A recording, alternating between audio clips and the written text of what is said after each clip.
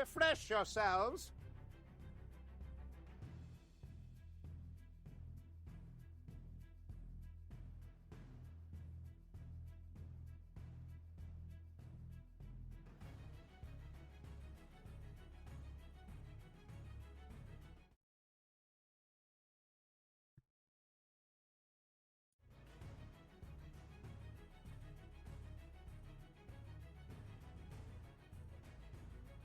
Refresh yourselves.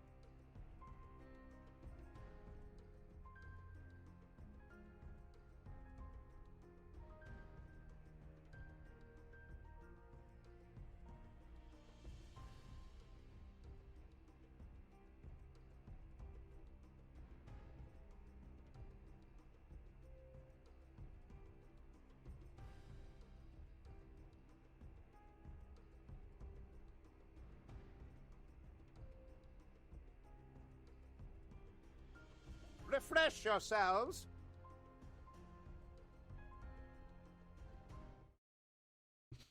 You're redeeming all these sippies over here before I even start my stream. But hi, hello. I hope it's not a jump scare for anybody that I've just turned my entire screen into my face. How is everyone today? Today I am absolutely repping all the World Anvil merch I possibly can. I have the sweater, I have the mug. But of course, that is because today we are focusing on community challenges from World Anvil. Of course, because World Anvil did not make a community challenge for this month, our community has taken it upon themselves to release actually like a bajillion different prompts that we can all follow throughout over the course of the month. There are way too many to do all of them, so I decided let's just jump around and do just a bunch of random ones, have some fun with it, you know? I've added a little bot to my Discord server that I can use to roll dice, and I'm going to use that bot to roll dice in order to do this. And so this is gonna be a little bit of a jank setup. I say jank because, I don't know, you just get to stare at my little Discord interface sometimes. That's fine. It's okay. So let's see, look at this spreadsheet made by the wonderful Katoblapan from our Discord. Beautiful. So we have a ton of different categories for prompts that we can choose from and just write stuff for. And so let's see, I'm going to list every single one of them. We have settlements, plants, conditions, 2 different sets. We have conditions 1 and 2. We have professions, also with professions 1 and 2.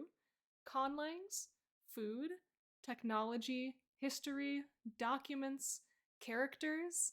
We got mushrooms, agriculture, sea life, historical figures, bugs and birds. We have apothecary, buildings, geography 1 and 2. And then we also have the bestiary, but the bestiary is of course from World Anvil's Bestiary February, so that's like the same prompt list there. But it's included on this list because, you know, why not just take on the challenge later? Why not? And so we can at least see in this spreadsheet, we have all the little different categories and all the prompts filled out over here. I will not be handing out a link to this spreadsheet because I think it's kind of like meant for the community itself. But all of the individual prompt lists are actually in my Discord server, which I don't know if anyone's looked at it recently, but it has actually been a little bit overhauled, I should say. This is just my little admin board, but look, we have little questions here where you can choose to get notifications for certain things. That's already a thing, but now we have like an interface for it, and that's really cool.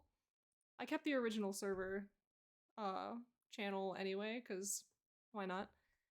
But I'm just, I've given a little facelift to some of these categories, these channels. I've removed some, I've added some. I added a forum board where I can do all this stuff. And actually the forum board is where all of the community challenges are gonna be. You can just pop open this forum. Let me see, open in full view. Yeah, so you can scroll through here and there's like the image form of every single one of these prompts. And you can just pick and choose. It also has the names of the people who made the prompt lists. Very good. And so yes, all of these prompt lists that are in the kind of like master spreadsheet were primarily made, let's see, by Sarukis, Solarcat, Yinarkael, Stormbrill, Mochimanoban, Riverfang, Katobapon, and yeah, that's everybody. I believe there are other community challenges kind of floating around, but I just haven't seen them or something. Or I've seen them and I just don't have like full access to them because I just don't know where they're all being hosted, you know, all that kind of stuff. But anyway. So my little plot here, yes, my little plot here is to just, we're gonna roll dice.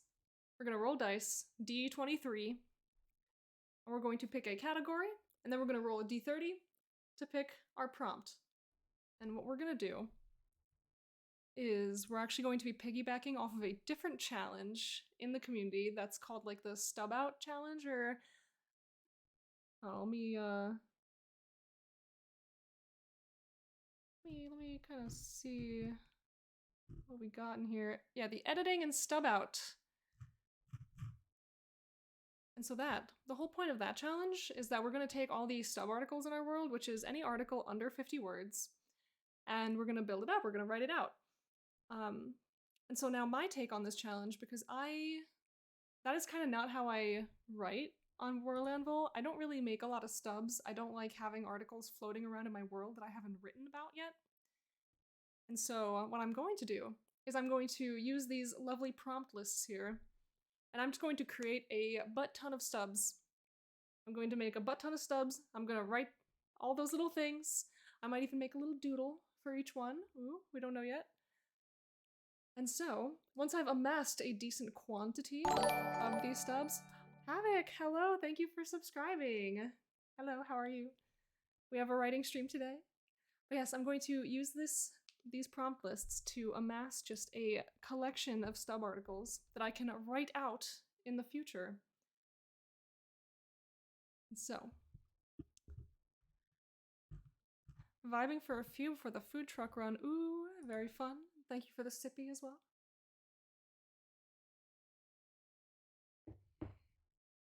Yes.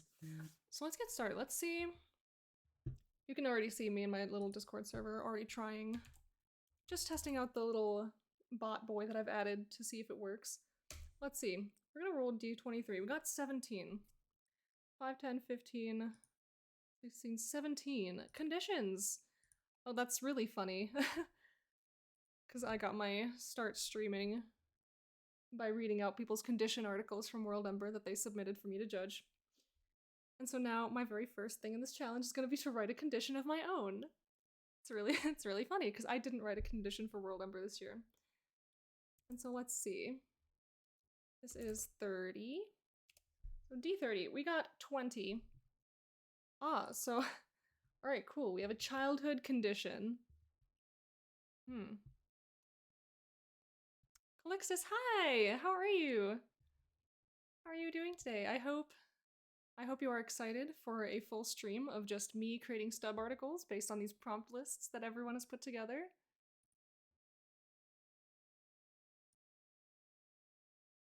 So I'm just, let's see. So let's head on over to our dashboard. Let me just grab the condition prompt, or template. And here we are. Oh. Going to do the challenge, Kato's challenge. Yeah. It is a good month for challenges. Let me just see if I can resize this to be correct. So I also did change a little bit. Oh my god. I changed a little bit about my layout. And so we're just gonna do some of this. And here we go. We have our little refreshments. Sippy time. And yes. So now I have to think of what kind of childhood condition might exist in my world. If there's anything I know about children, it's like they like to cough with an open mouth, just you know? So something that would afflict primarily children. Maybe it's something that they grow out of. But while they're while they are a child, it will affect them greatly, but it does go away. It's not deadly, it's just maybe terribly inconvenient. And so let's see. Cough too much and your tongue will stick out? Oh, you know, that's actually a fun one. You just keep coughing so much and now you just can't put your tongue back in your mouth.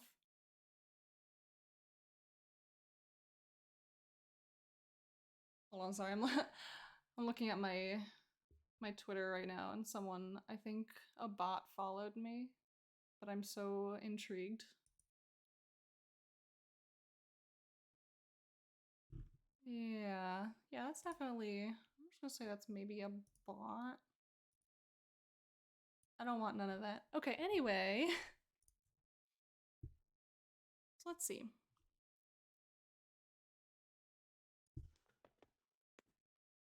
Yes, let's just come up with a description. So, and our goal is just kind of keep it super vague, super small article. We want these to be stubs that I can just revisit at a later time. Keep them super vague and just like kind of give us like a little foundation for future world building. Like we have these options, these ideas that we've come up with. And in the future, I can just grab them and be like, ooh, you know, I have a lot of really great ideas and I can use to develop this. So even if the idea sucks right now, it might not suck in the future. It might open doors to some really good stuff. So,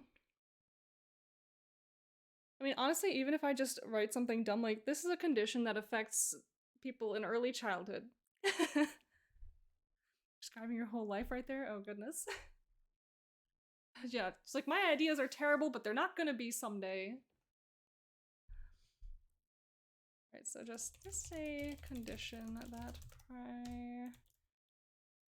should I say primarily or only?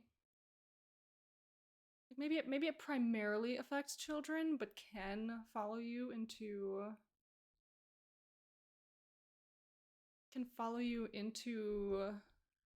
like through puberty? Like when you are no longer a child but you still have it, but maybe when you're an adult you grow out of it completely.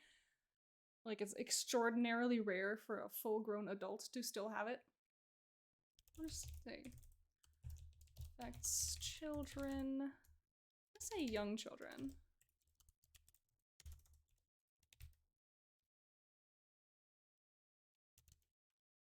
And sometimes teens. Very rarely does it persist to adulthood. Generally affects the toddles. Yeah, so little baby people get this. But what is this? We just know who it affects, but what does it do? We're gonna say what the common symptoms are. One more sippy, of course. You just want me to show off my World Anvil mug. My little reward. Oh, it's like, I think that's the second item that I've kind of received from a challenge or something from World Anvil. First one was a candle, like several years ago. And now it's this mug that I really like. I almost wish I could have like a little custom one that, like, instead of saying grab your coffee and go world build, it's like grab your juice, grab your sippy. Yes, grab your sippy and go world build. That would be so good. That'd be so good for my brand. Maybe I should just like message them like, hey Dimmy, can I get like a little custom version of this mug, please? It's grab your sippy and go world build. Do you think they'd do it? They folded under the pressure of grab your tea and go world build. So maybe there's a chance. Grab some sip and go write it. Yeah, there you go. Honestly, peak. I love that. Oh, chipmunk cheek syndrome, because they're always putting weird crap in their mouths. Yeah, true. Let's see. Okay, maybe we'll make this like a regional thing. I don't want to tie it to a region because that like kind of puts it in a box. More sips. You keep making me sip when I'm in the middle of like a thing, a thought, a statement even. This is a condition that primarily affects young children, sometimes teens. Very rarely does it persist to adulthood, but it is possible. I want to say common symptoms include... Yeah, disrupt the thoughts with a sip, so that way I just get nothing done. Do I really need to get anything done? I'm just hanging out. I'm just being a little guy, a little dude, a little writer. Common symptoms include... I want to say coughing fits. Coughing fits. Difficulty speaking.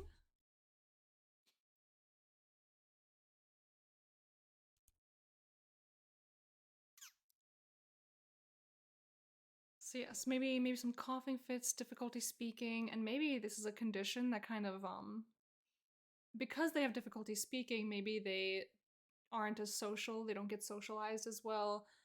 They don't end up kind of developing mentally and emotionally at the same rate as their peers because they have really difficult times communicating.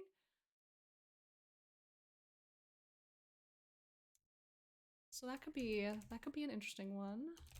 Often fits in difficulty speaking, often leading to struggles with socialization and emotional development. Speak through a series of chirps and squeaks. Ooh, little chipmunky people.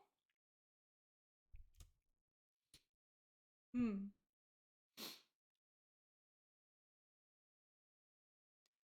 trying to think of just like some kind of super vague, like throwaway name that I can kind of give to this that makes sense, but isn't like too specific. We know how it is, but yeah, because I need a title in order to save the stub. I can't just have like a description on it. So let's see.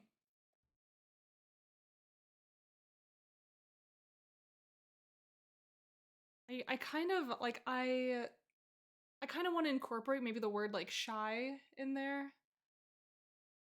Cause like maybe the kids who have this are just like extremely reserved.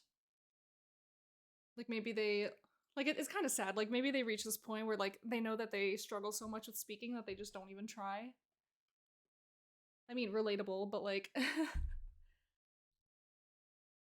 hmm.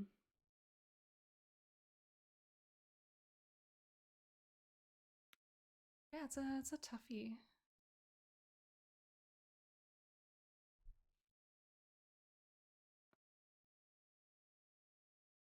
Hmm.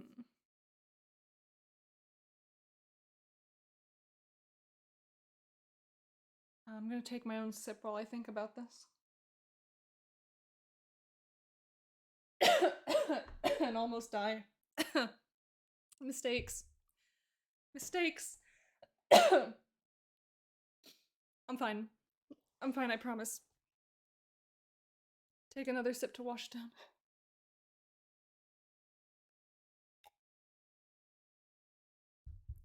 I'm I'm a disaster. Wrong tube syndrome. Oh, that's what I have right now. Anyway. But yes, this is a condition for babies that maybe sometimes teens still get. Very rarely ever do adults get. Let's see.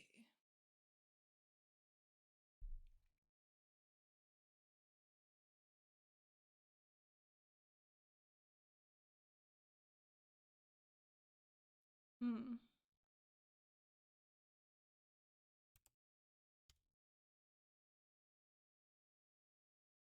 Uh I keep thinking things. I'm like, oh yeah, that sounds really good, and then my brain's like, no, it doesn't. And then and then like I combine them and then I forget them. Infant burble disease. Ooh, infant burble. Hmm.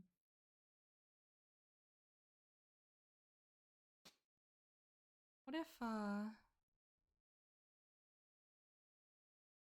I do like the word burble. I think I might use that. So we're just gonna throw it in there. We'll build around it. So burble is in the condition title.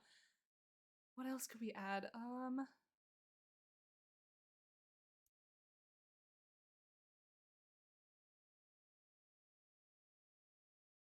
Hmm.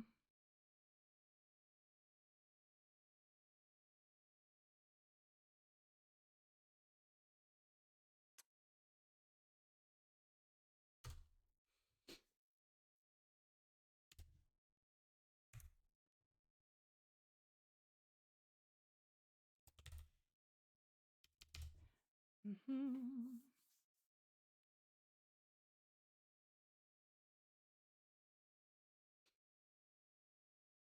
I don't know. I guess infant burble does sound pretty good, but it definitely affects children past infancy.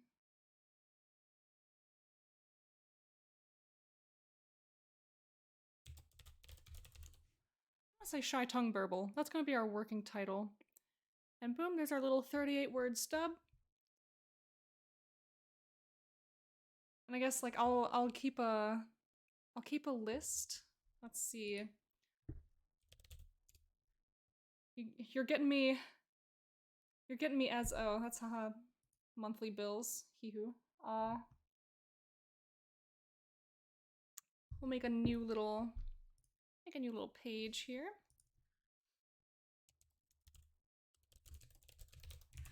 A little month of prompts here.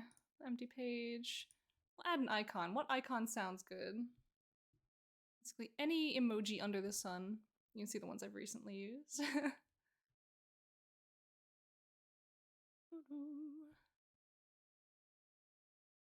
Oh, let's just do a little writing hand. There we go. Okay, so do I do numbered list? Can I do that? Yes. Okay. So one we have shy tongue. Oh my god, I can't type. Shy tongue burble. That's our little. That's our first thing of the day. So we have condition, shy tongue burble. I'm gonna have to take a sip. Sippy has been had. Probably get that mug. Got the gift card from World Ember. Yeah, it's a cute mug. I like the mug a lot. Part of me kind of wishes it was bigger, like one of the wider mugs. I have a lot of those, but this one, like, it looks really sleek. I really like the art on it. Very cool. Very fancy. I would love, I would love to design something like that for them at some point. Here's the tea one or the coffee one. I have the coffee one because of the two substances, though I don't really drink either of them that often. Coffee is a lot more likely to be the one that I drink. So yes, let's go back to our little team coffee. Yeah. Let's go back to our little prompt list here. Oh my goodness.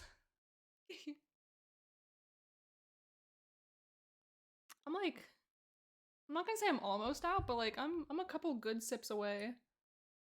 So we can now go update this.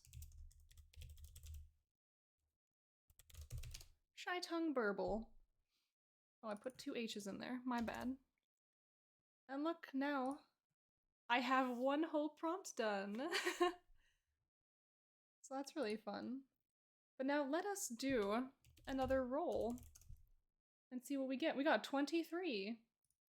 And so that is going to be Geography 2. Ooh.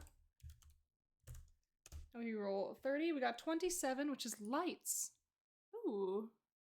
Lights. So when I'm thinking lights, the first thing that my brain goes to, in my world at least, is the region Everbright, which naturally, as you can tell from the name, there's a lot of lights involved. It's quite bright. Yeah, so we are trying to do geography. And now just in terms of writing, in terms of what I'm trying to accomplish here, I just need to think about what that would mean, what I'm trying to write here. Like, do I want to write a region? Do I want to write like a small location? Like a sub-region, or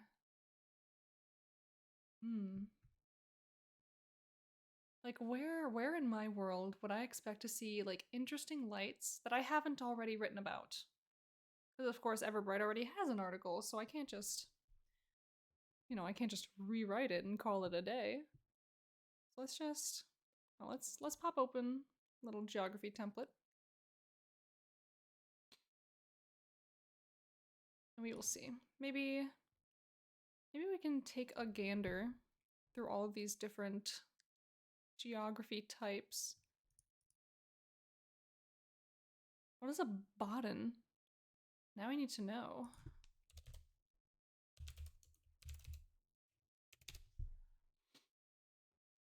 Bodden are briny bodies of water, often forming lagoons along southwestern shores of the Baltic Sea. Oh, that's cool. It's not what I'm looking for, but it is a cool bit of information that I now know about. Anyway. Shiffers, hello. How do you be? Do you be poppin'?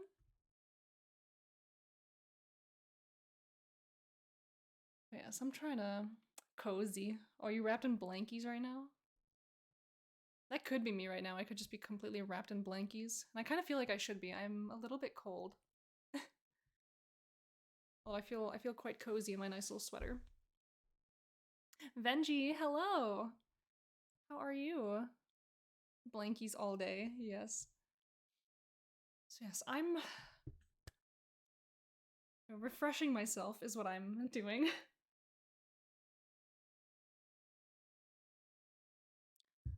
So I have just rolled and landed on the geography prompt of lights. And so I'm trying to figure out what I might write with that, what I might do, where in my world I might pick. And I'm having another sip.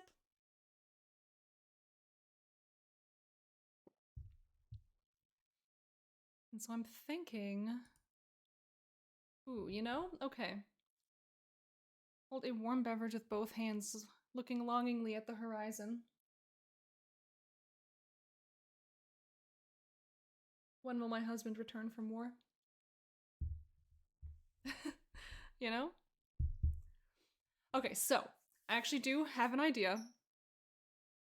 What about a tree seed that glows bright? A light bulb. I love that. You're actually not too far off from the idea that I have like floating in my brain right now.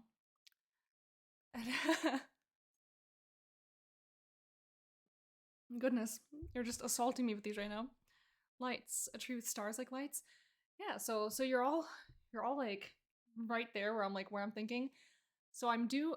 Yeah, I'm due. I am thinking about a forest location in my world that I believe I had already at some point written about. I don't know if I still have it. Oh, this is shrimp check. You asked me to sit like a normal person? Oh, I don't like it. I don't want it. But yeah, so I wrote like forever ago this this prose, which I realize the prose template does not have the same CSS for basically any other article, so this entire page is just white, which I don't like, and I guess it's good to realize this now rather than later. But yeah, so I wrote about um the Face Spinner, which is a little kind of baby dragon that lives in my world. And I believe that I had written at some point in the past that when they all gather together, they put off light. Oh yeah. The light. Face spinners radiate energy fueled by the ley line of wild magic, which manifests itself to Nimai eyes only as a radiant silver green aura. And so when face spinners gather in groups, like the this energy is pretty much blinding, very overwhelming. And so they would gather in these forest clearings, and so maybe I would write about one of these forest clearings where these little dragons gather in number and they produce all of this light. And so it's extremely bright, but not for everybody, only for people who can see this magic. So I think that would be pretty cool. Let's see, what other ideas? Little Durgan? Yeah, we got little Durgans here. But yeah, so let's see what the chat also has. So abstract tree somehow on the ground, but also in the sky, connected with the stars. Ooh, that sounds really cool. Very cool idea. I don't know how I would make that work for my own personal world, but I'm like, the gears are turning in my brain like that. That sounds really cool. And Keaton says a tree whose leaves change color based on how much light they've been exposed to. Ooh. Actually, that reminds me. The other day I was thinking about where in my world, or not where in my world, but if it would be something that exists in my world, where there are plants that, like, rather than being green because they absorb sunlight, and like that's like the chlorophyll color, maybe they grow from heat, like from absorbing the light, but because of the heat that comes from it. So maybe instead their leaves are black so that they absorb the heat from the lights. So we could do something about that.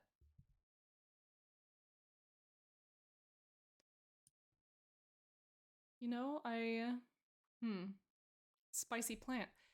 Yeah, so these plants, they have like all the foliage would be like really dark or black or like just super dark so that it absorbs like the rays of the sun. And part of me was also like, what if they bleach the ground around them so that everything around them reflects light onto them so that they get even more.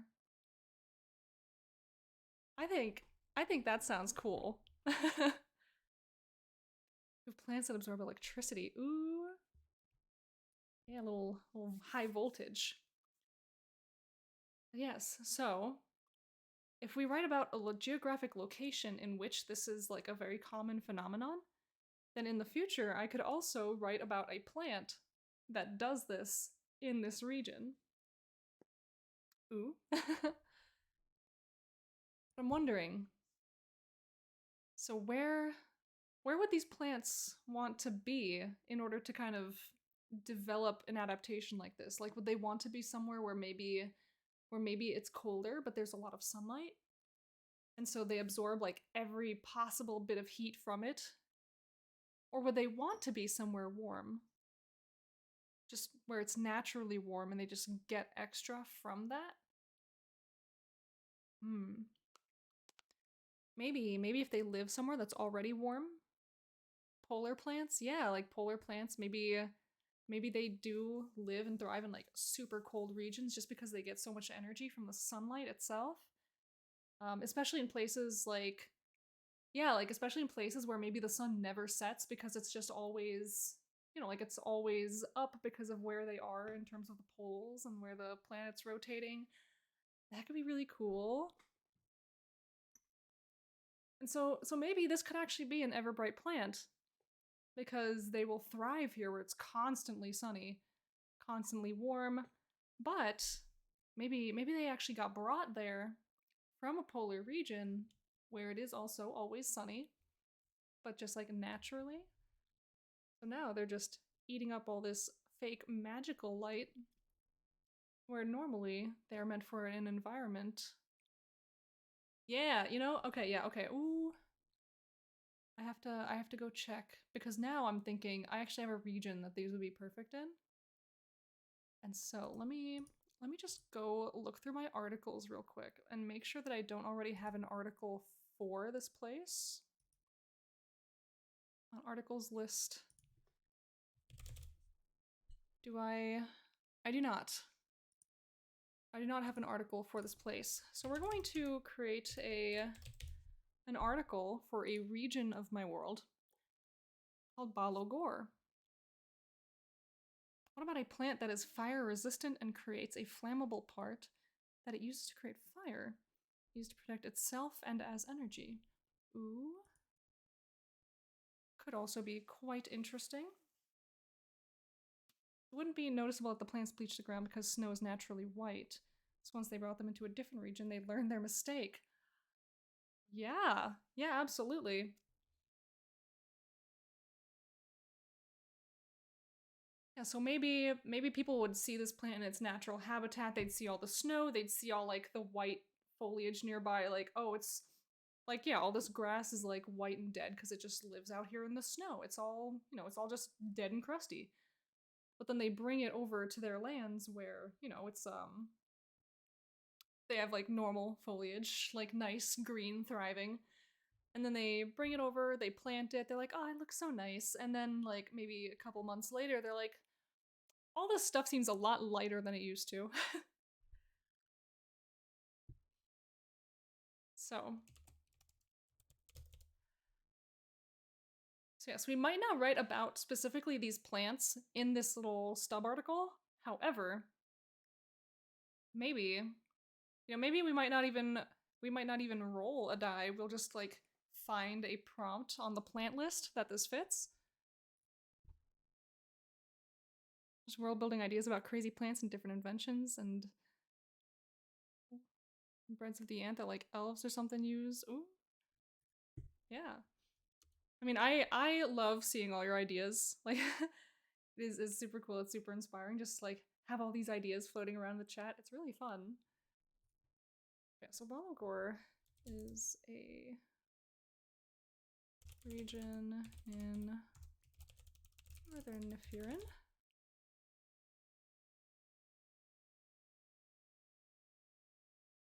That is icy and snow covered.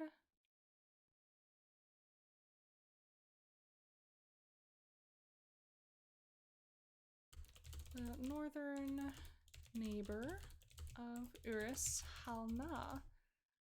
So yes, if any of you remember me and my map-making adventures, you might already know about, at least vaguely about this place. That's not it.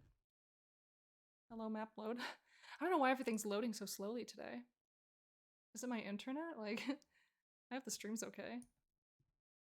But yes, so this region here is this one. And so this one doesn't have an article in it yet. It just has like a little description. So yes, this is it's kind of, it's this up like frozen north kind of region that's just full of like frozen and decaying forests, like simultaneously.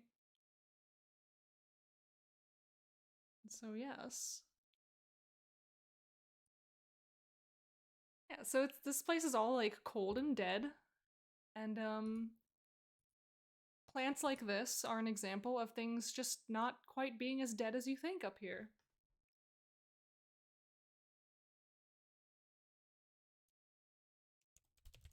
Known for being a harshly cold and unforgiving region. Its geography is marked by frost and decay, and boasts a wide variety of strange plant life. Now, does the plant output heat like a furnace, or does it just absorb the light and ignore the cold? I feel like maybe this would just kind of absorb the cold as a way to survive, as a way to just kind of live in this environment. But maybe, like maybe since it's been brought to other regions that are not quite as cold, they would now, not only would they continue to absorb all this light and heat, maybe now, because they don't need it all just to survive, they can start outputting it. Or they could use it to just grow to incredible sizes. Because they're not in survival mode anymore, baby. They can do whatever they want with all this heat. They don't need to worry about it no more. But yes, so now we have a stub for Balogor. It's all gravy now. But yes, so let's see.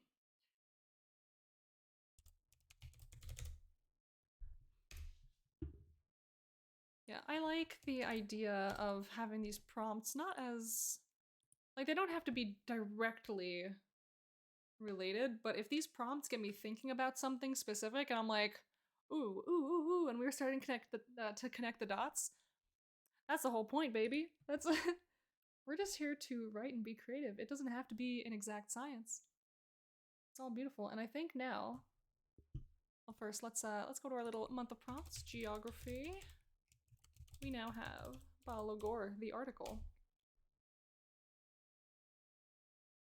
Yes, yes. Okay, perfect. We'll go back to our dashboard and we'll prepare for our next thing. Although I think our next thing is just going to be a plant. And we're going to write about this thing that we've made. Let's see where the plant list is. Species, birds, mushroom, plants. Okay, so let's get this on the screen here. Science is best though. Science is great, but it just doesn't have to be exact. It doesn't have to be like every exact thing rules is written kinda. You know, we like a little bit of experimenting. We like a little bit of going off the beaten trail, you know? That's why World Anvil is here to make a nice location to compile all your ideas into one database. Yeah, I mean, honestly, it's my favorite thing about World Anvil. You can just, like, you can keep writing and it's all there, it's all organized. You can search for all your information and you can present it to people when it's all finished. It's a lot of fun. And so, out of all of these prompts on here, which ones do we think would work best for this plant that we've just kind of invented? So of course we have twisted, thorns, poison, bright. Bright could be it. Tree, fern, moss. I mean, I guess it also depends on what kind of plant it's going to be. Not exactly sure. Oh. Sip. Yes, I don't actually know what kind of plant that it's going to be. You have that? What do you have? Yeah, so we have moss, aquatic, fruit, vegetable, invasive. could be invasive, theoretically, in the places it's been brought to. Arid, textile, ancient, warning, romance. You have that? A tree? Oh yeah, true. You have a tree. Yeah, Venji, I know you are actually like in the World Anvil Discord, so if you want access to the spreadsheet, I would absolutely go find it in the challenge discussion, and you can totally take part in this too. Just claim your own little spot on here. Like, look at all these empty slots we have over here. You can just pop yourself in there. But yeah. Oh, that is about uh, the guy. Hey, look at this guy. You left. Why have you left? Romance tree sounds vaguely intriguing. It does.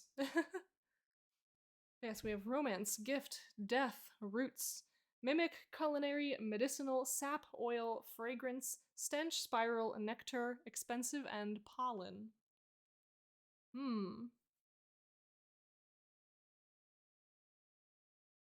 Yes. So up there we have... Ooh, fanfiction fictioneer guy is rating with 4 viewers. Hello, hi, how are you? Welcome in. We are exploring community prompts today, created by the World Anvil community. Hello, hello! How are you? We are creating all sorts of world building content today. We are looking at prompts submitted, created by the World Anvil community, since we don't have any official challenge on World Anvil currently. This came from a writing stream today. Oh, very cool. What were you writing? Is it fan fiction? Judging by your name?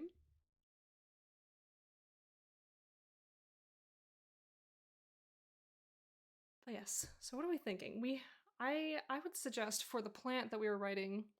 So we are currently writing about a little plant that absorbs heat from the sun instead of kind of turning light into, like, instead of doing regular photosynthesis, it absorbs heat from the sun to stay alive. And so they are these like really dark black foliage plants. We're talking about how if they were brought to other places in the world, because they're polar, they're kind of like polar plants. They live in very cold environments and they absorb heat to stay alive. Pyrosynthesis? I like the word. I think that's really cool. But yeah, so they have been brought to warmer climates, and now because they don't need that heat just to survive, they can kind of do some weird stuff. Pyrosynthesis, yeah, it's a great name. But its original series finally hit your 30k words goal. That's huge. Congratulations.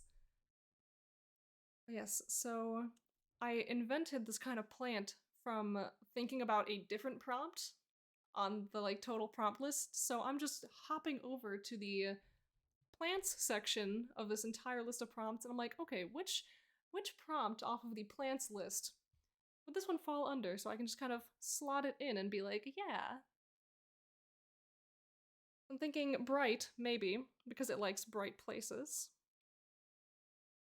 Or it could be invasive because of the places that it's brought to. You know, I think maybe invasive.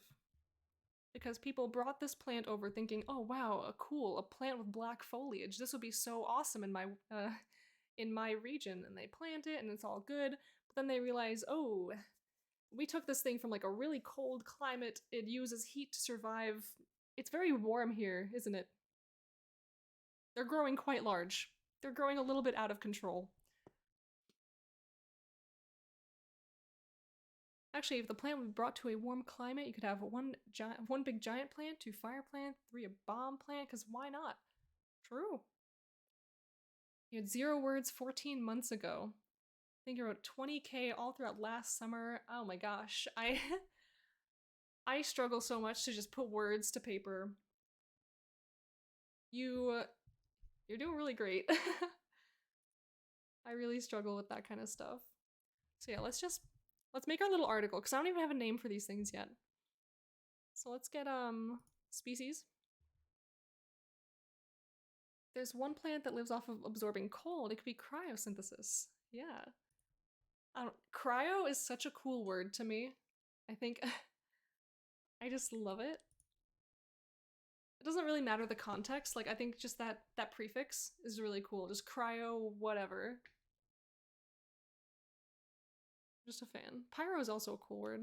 Like, they kind of go hand in hand, but cryo is just like it's up there. It's really cool. Yes. So our whole goal here is not to write like full articles about these things that we're doing. It's to create stub articles. So articles under 50 words so that I can come back to them later and really flesh them out, beef them up when I have more ideas and more everything else. And so we're going to just make a very simple description for what this is, and we're going to move on. And so these plants, like super simple description, like these plants absorb heat from sunlight in order to survive in their native polar climates, especially in the region of Balogor. And the region of Balogor is the one that we just created a stub for moments ago. And so this is going to be kind of where these plants are native to. That's going to be where they're from. And I think I'm going to go with the invasive prompt route for this. So after being brought to warmer climates by adventurers who thought the black foliaged plants beautiful. 35 words. It was discovered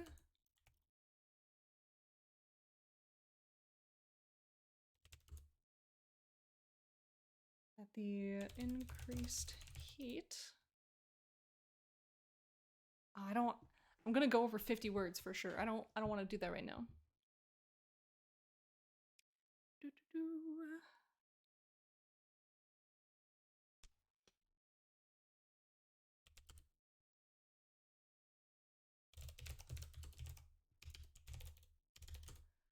It's caused them to grow out of control.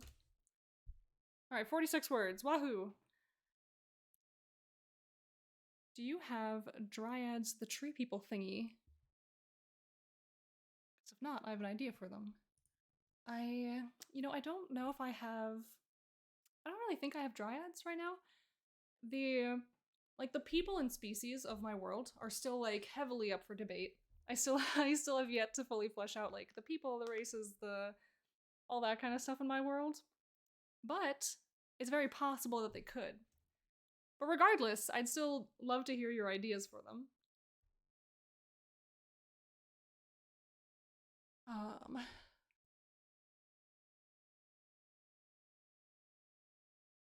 But yeah, so I love the idea of pyrosynthesis. Ooh, food for thought. Cryosynthetic foliage could be used for cryosynthetic cohesion-based materials. But if the invasive pyrosynthetic plant were to come into contact with it, maybe both of the touching parts could simultaneously combust into ash and permafrost on the plant of the opposing synthesis. Ooh, we're getting into the science here right now. Yeah, so combustion vines. Ooh. Maybe we'll just have to add some cryosynthetic plants to our world later down the line. Yes, I do like the word pyro, so we're gonna put that in the working title for these. This is now a pyro something. I also do like... I like the word bulb.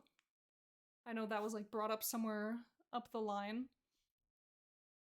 That was like way earlier. We were talking about the light prompt still. Pyroferns? Ooh. I do like ferns. Pyronesia ferniculus. Ooh. Very cool. But I think we'll go with pyroferns right now. It's just our little working title. Beautiful. We are at 48 words. So let's see. Plant.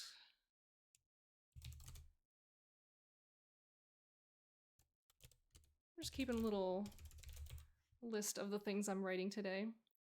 I'm gonna include the actual like individual prompts. Lights and plant invasive. Really cool. Yo, I am so in love, like, with all with everything that's going on in the chat right now, just people sharing ideas with each other. What a delight. So now pyroferns, that is now on our list.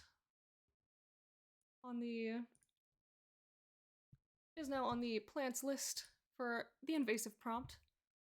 And now, because we've cleared out the plant that we've just discovered, let's go back and roll our die for the next prompt that we're going to choose to do. Okay, so we got 18 this time. 5, 10, 15, 20, 19, 18. Apothecary. Ooh. Apothecary was actually one of the prompt lists that I was looking at that I was particularly excited to dive into. And we got 9. Leaf. So what can we make with a leaf? And so let's just apothecary leaf. I'm just filling out my little list ahead of time. So we can go back here. So a dryad could be parasitic, vainly humanoid, creature that lives in trees. Is a complex hormone system to manipulate the tree and other plants, create a non-deadly toxin that is as a gas, will make people weak and have hallucinations, mostly of beautiful tree women. And the tree will then stab the person with its roots or branches and drain them of life. Oh. Very, very violent, but very cool. Apothecary. So apothecary would be like I don't know if you've played like fantasy games, like you go to the apothecary, it's like a shop, you buy reagents, like things for potions and all that kind of stuff. So yeah, you'd have like all your collection of like herbs and reagents and like everything you would find on a little like witch's shelf of like little potion ingredients, things you throw into your cauldron to brew potions. Yeah, vaguely. Yeah, okay. I got you. But yes, so I love... Sorry, we're gonna go back to the prompt list. We're gonna look at this. So I love the collection of prompts that we have for the apothecary. We have dried, fresh, herbal, animal, mineral, fungal, rare, seed, leaf, which is the one that we just rolled, root, berry, tea, digestion, breathing, antiseptic, pain, mental health, female, male, energy, blood, allergy, conventional, experimental, homeopathy, comfort, reproduction, scented, diet, and poison. There's a lot of really cool options. Lots of really fun things to be inspired by. Yes, let us go back. And we will see. Ooh, okay. So if we're thinking of like a leaf, what would we want to write about? Because we could do like an item, and that would be like the ingredient itself. We can talk about a certain type of leaf.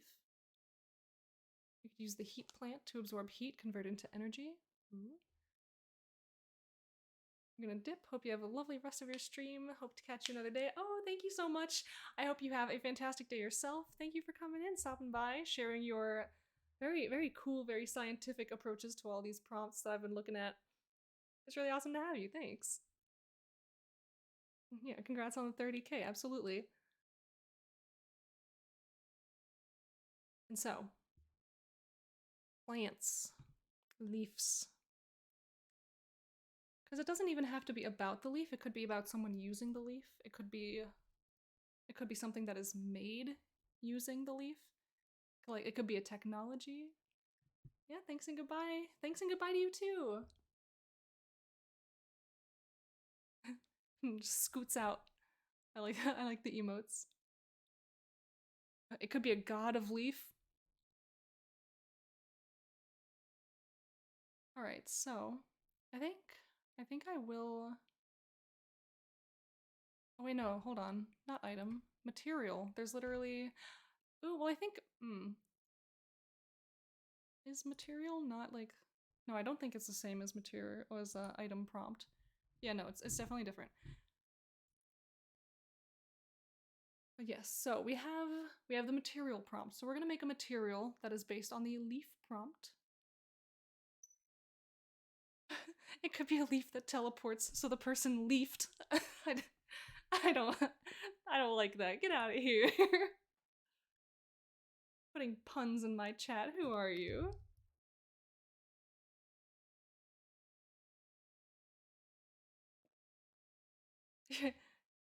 Yes, you can just go ahead and leaf right now. It's a type of tree whose leaves fall when you believe they would.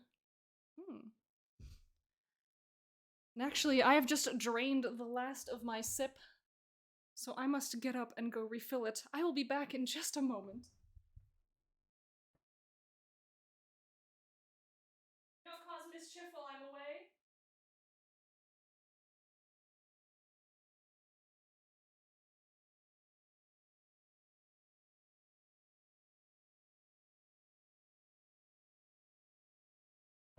And here I come, scuttling back into view. Hello. Sippy refilled. And we are ready for even more sips.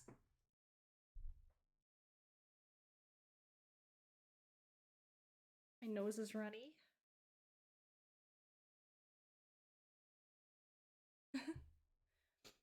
Okay, where was I? Yeah, we're talking about leaves. Hello. I back. Yeah, it only took me 30 seconds to go get that, but yeah, so okay. Let us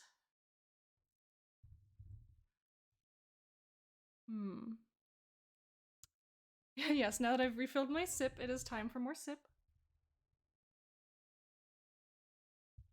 Thank you very much. And so, maybe we will make a pyrosynthetic leaf. And that'll be, again, our little working title. I do like the idea of a leaf that falls when people believe it would. All it takes is one child who doesn't know better to screw everything up. Oh gosh. Leaf, I think it should do something like take in energy. So I'm kind of thinking, maybe on the kind of like magical side of things, that maybe like we can piggyback off of the plant that we've just made, and we can say that because this plant like lives and absorbs off of heat, that once you harvest it, you can now use that leaf as a reagent in potions and other things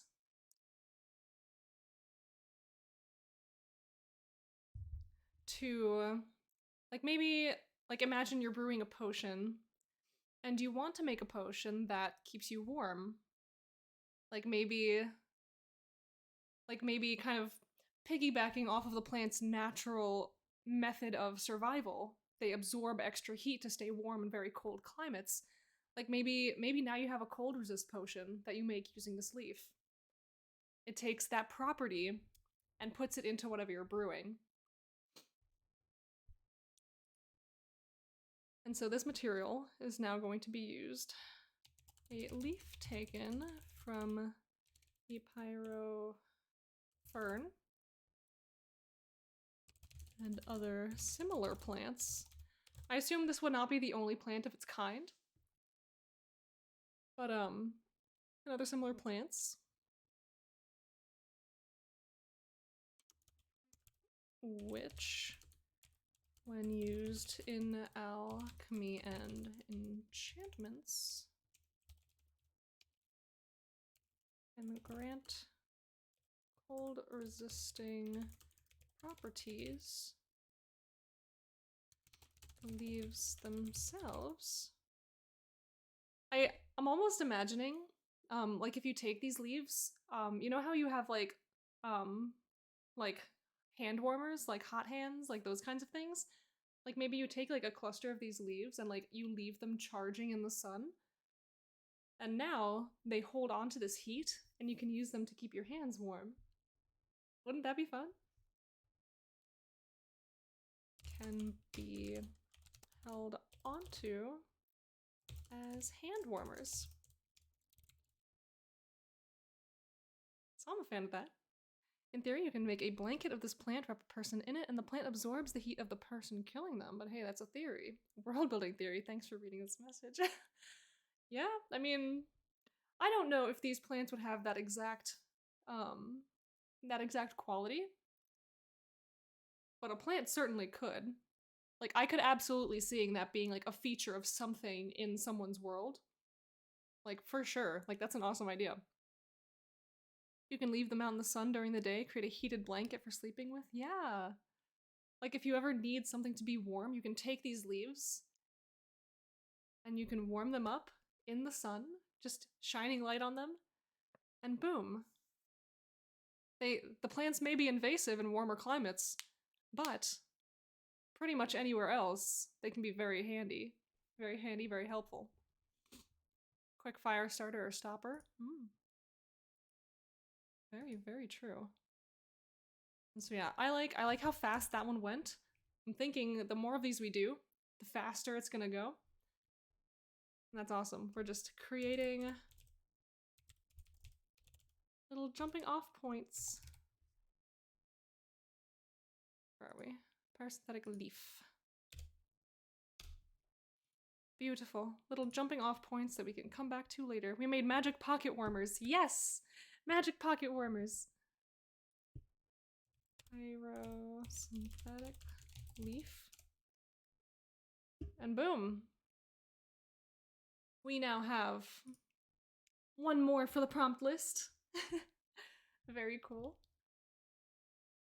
But let's go back to everything else and we will do another roll and we'll see what we end up with. 22. Well, bestiary, I think. 5, 10, 15, 20, 21, 22. Yeah, bestiary. So of course we already did a lot of this during last month. You make the lining of a winter jacket out of pyropherne. Ooh. That would be really cool. I feel like it would just be maybe a little bit difficult to charge it, if as it were. I mean, you could just like take it off and leave it open, but then you'd need something else to wear while it's still cold, you know? Yeah, monsters now. See, I don't know how monstrous they're really going to be. I'm going to just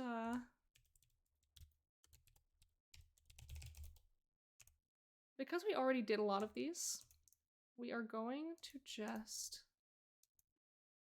fill in the ones that we did last month.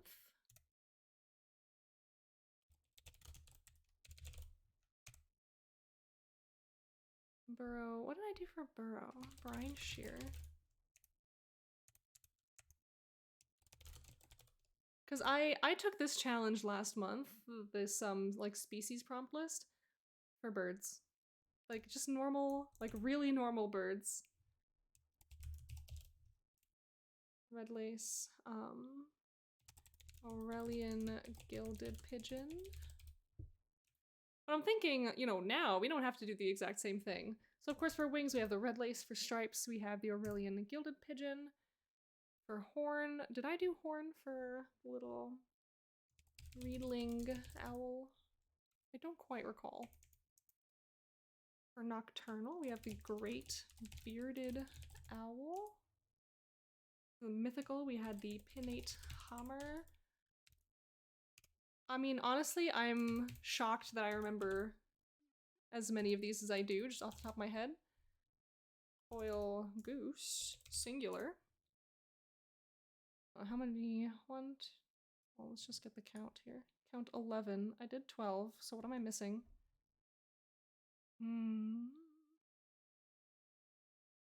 Oh yes, vicious. Okay, yes, the moss swallow. Boom, there we go. We have all 12 that we did last month. And so now we're gonna roll for which prompt it wants me to do, and we're just gonna keep rolling until it gives me one that I haven't done yet. So this is gonna be D27. It has given me 24, which I haven't done yet, which is silent. Very cool, very cool. So now we are thinking of a species. Some creature in the world that would be silent. Or is of some relation to silence. Maybe it itself is silent. Maybe it seeks places that are silent. Let's pull up the species prompt.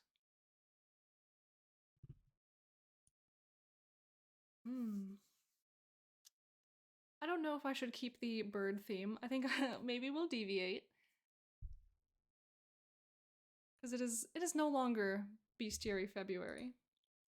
It is now do whatever you want time. And that is what we are doing. So maybe, I do like this kind of, we're just gonna fill this in real quick. I do like this kind of theme we have right now. Do whatever you want time. Yeah, it's it's a great time. Also, hello, Prippy Monty Poppycock. Hello, how are you? Today we are exploring all of these prompts. I gestured to this, but this is just my list of things that I've already done on stream. All of these prompts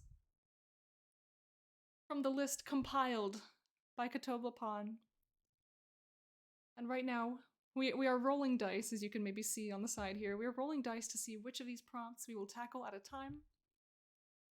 And we are currently debating on what a species in my world that is silent or related to something silent would be.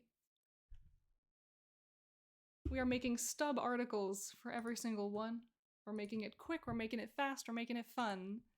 We're just coming up with ideas, stuff we can work on later on.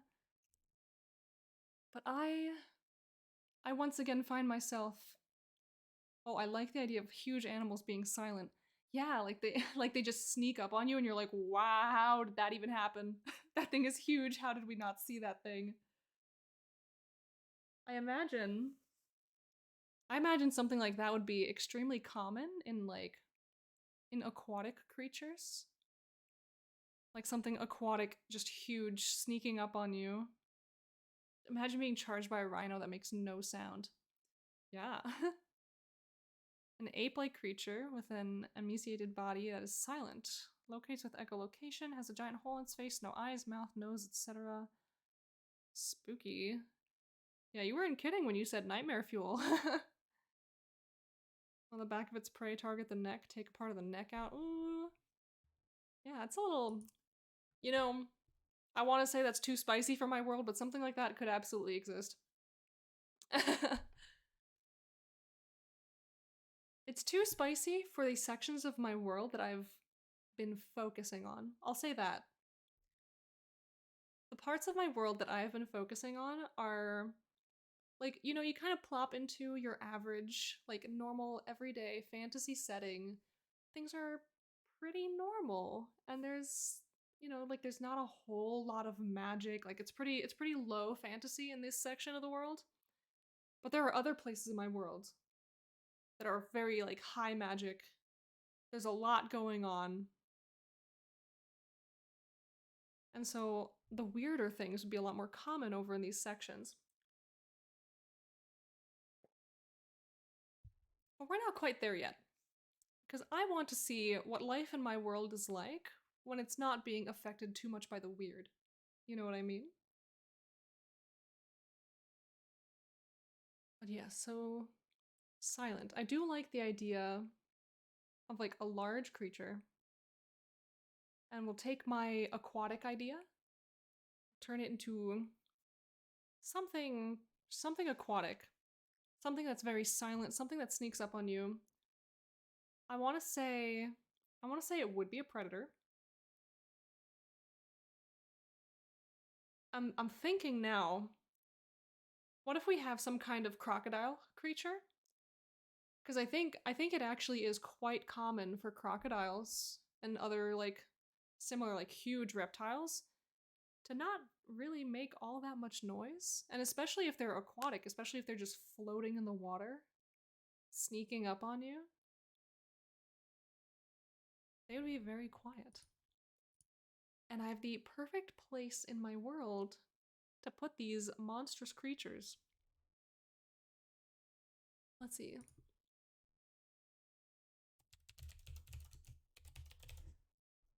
So working title is going to be Leech Sea Gator, because it is a gator from the region Leech Sea.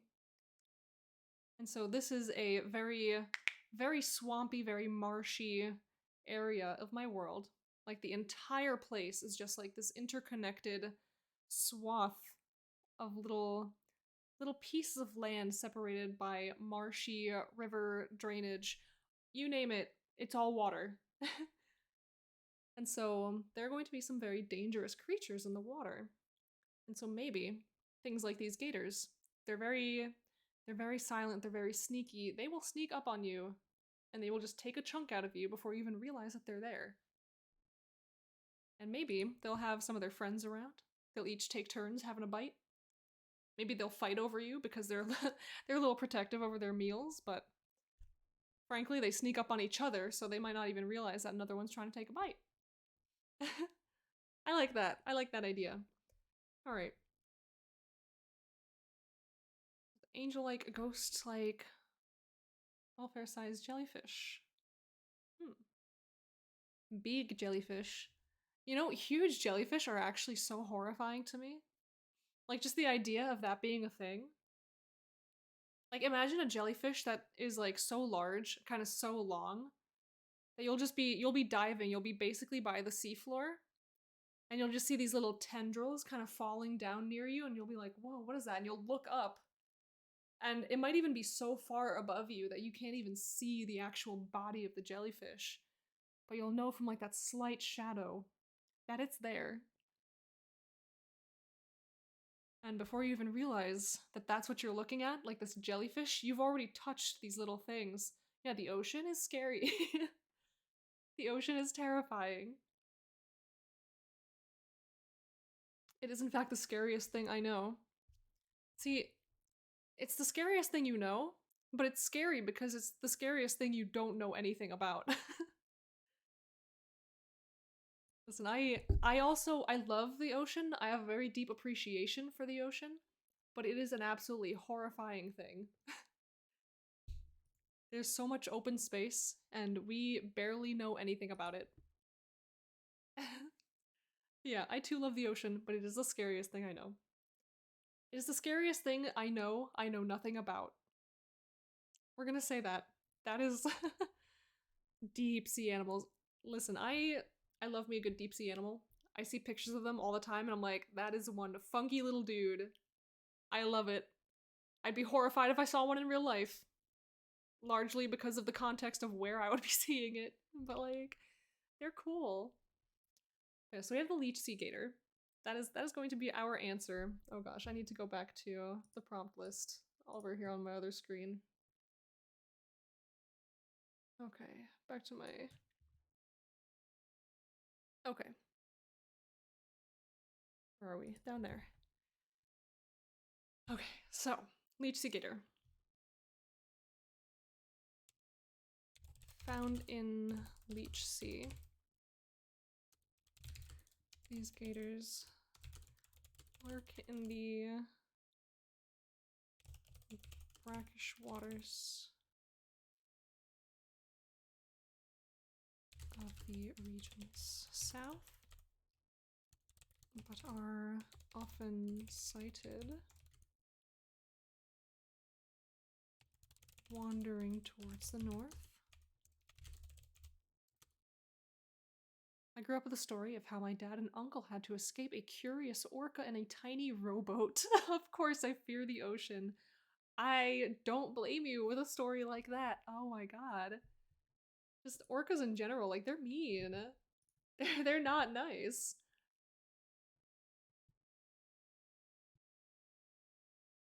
I could not, like, my soul would absolutely leave my body if I encountered an orca in the real life. Like, I just have to pray that I'm boring to them so that they go away. So if that thing tries to fight me, I don't think orcas attack humans. I mean, they probably don't. But I imagine if they're very curious, they might, you know, they might topple my boat and send me into the water where other things might affect me. Yeah, well, that happens at SeaWorld because they're just having a very bad time. Attacking a small boat out of curiosity, absolutely. Yeah, like if like they could leave me unharmed, but if they leave me in the water, I'm still going to be very upset and not having a good time.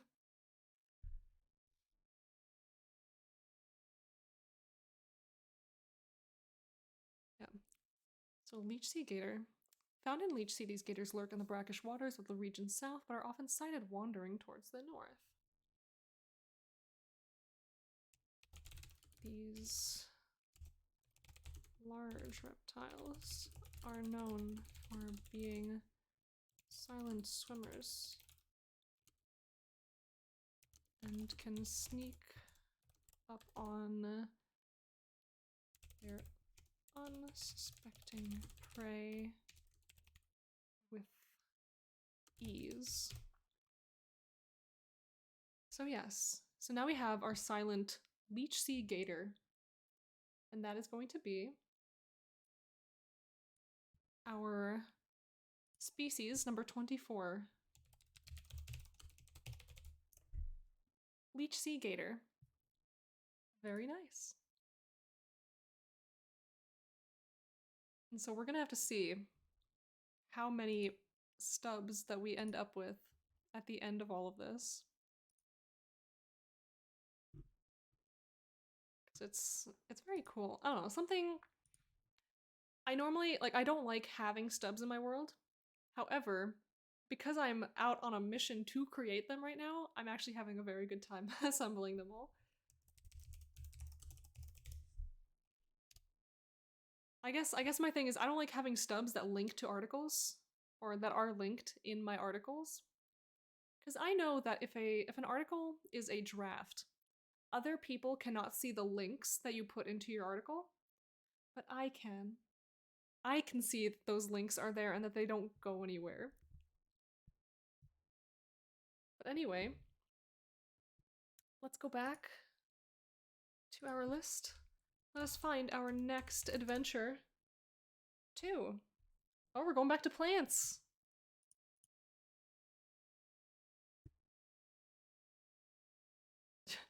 An orca just pulls up with legs, kills the moose and chills in your backyard.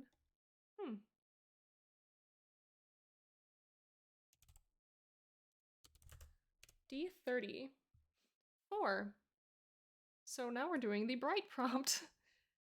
Yeah, that was the prompt that I didn't think would fit our pyroferns, but now we do have a bright plant. So now let's think, what kind of bright plant will we have?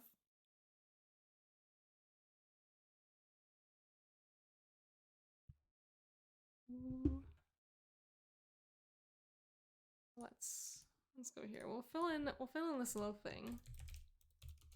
Plants bright.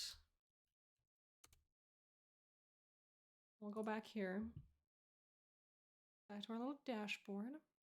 A plant that creates light that other plants use. See, I absolutely love that idea, actually. We'll go grab our species template again for a plant. So it can have a symbiotic relationship. Ooh. Yeah, that'd be really cool. Let's see. Plants that emit light. So yes, absolutely. I do think that... But of course, so symbiotic does imply that they are receiving something else from the plants that they are feeding with their light. So it makes me wonder. I do believe the only plants I've written about have been drug related. You know? I'm actually not sure. I think I can relate to that. I don't really know how many plants I've actually written for my world. In fact, I'm very curious, and I think I'll go check now. By type, maybe species. I don't know, how many of these are plants? Drugs. Flame root? Oh, okay, no, I guess flame root I wrote about. That's primarily used for like dyes and things. Let's see. Flame root was one of my little summer camp adventures here. Mochi liked this article. Yeah, so we have flame root, which grow basically in or next to pools of lava. And they are found by plume rat trainers who train a specific type of rat to go find these things in like dangerous lava pool regions. Yes. Yeah, so this root, I mean, it's used in various salves and potions. So could theoretically be considered drugs, depending. But it's also sought after as a pigment with a peculiar red sheen, which sits subtly over its warm brown tone. Yes. But yeah, so that's not really a drug plant. We do have the glacial fern, which is like, it's kind of like the opposite of the pyro fern that we've made.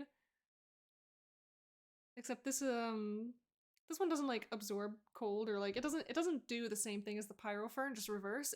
It's just like a completely different thing. This one just like emits cold. And this one is used in brews, like specifically for weddings in a specific culture of my world.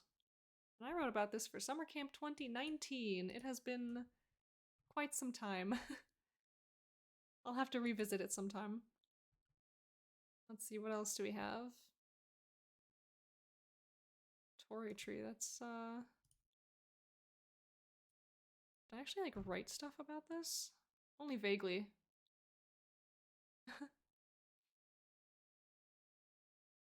Yeah, so this one was like, it's practically a stub.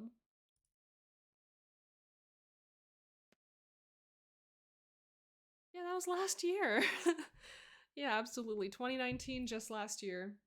Still 2020 in our brains. Time just has not passed ever since then. Alright. So, of course, now we are back to thinking. We are back to taking a sippy, actually. My mistake. I'm having another sippy. Hello, yes. Just back to showing off the World Anvil mug. I'm just a walking advertisement. I promise I'm not sponsored. I should be. I want to. One day. One day when I'm big and famous, maybe I'll get a sponsorship. Yes. Plant that emits light. I'm just gonna get something on here so I'm not staring at something blank. This plant emits a bright light from its... It emits a bright light from what? From its leaves? From its stem? From its flower? Maybe its seeds glow? When I get big and famous, I'll be unsponsorable. Yeah, I mean... maybe. I can have a seed phase, floats around, finds some plants, creates parasitic roots to attach those plants, stores enough energy at night, it can feed the other plants, growth and mutate hormone that changes the plant to grow. Seed grows into a long root-like plant with a giant flower to absorb light and light balls all over it to produce light. A ball-like fruit that emits light. Yeah. You know, I do like this this glowing fruit idea. So I think I think I might use that. And I'm thinking maybe this fruit glows to catch the eye of specific creatures who are more sensitive to a specific like color of light or a specific light level. So that these creatures will come and eat the fruit and they'll spread the seeds. Ooh. Or moths. Yeah?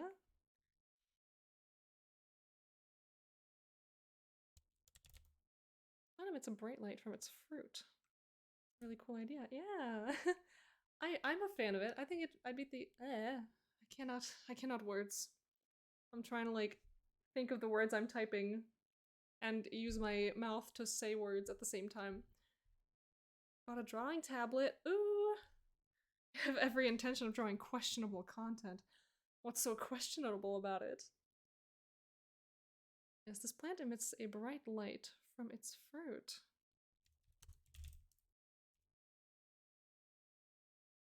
Why did it just pop up for half a second saying content's not saved? Hello? Because it doesn't have a name? Maybe. Our working title will be Bright Fruit. I realize I'm putting way too much thought into these names because they're more than likely they're not going to keep these names when eventually I make like actual full articles from them. So I just need to make some silly little generic name that says this is the idea that we came up with, this is the stub that is in here, do what you will with it later. So yes, this is bright fruit because it is a fruit that is bright. Yes, this plant emits a bright light from its fruit, which dangle from. You know, I'm gonna make it a tree.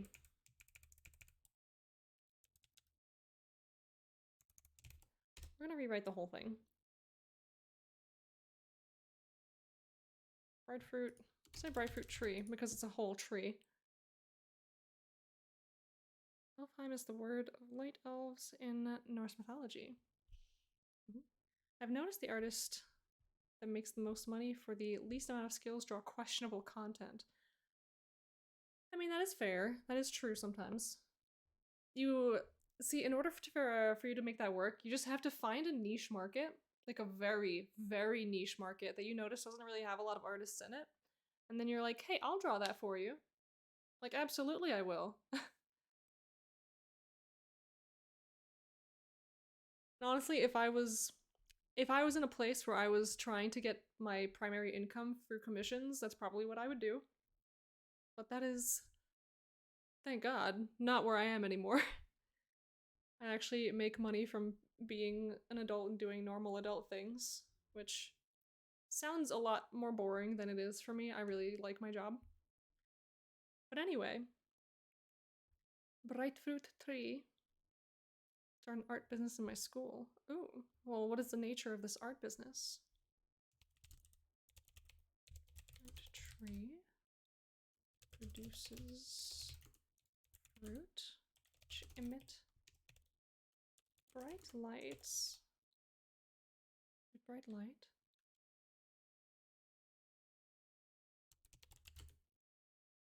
Glow itself. It's rather muted to most other species. But certain species in this habitat are especially sensitive to the color and are drawn to the fruit.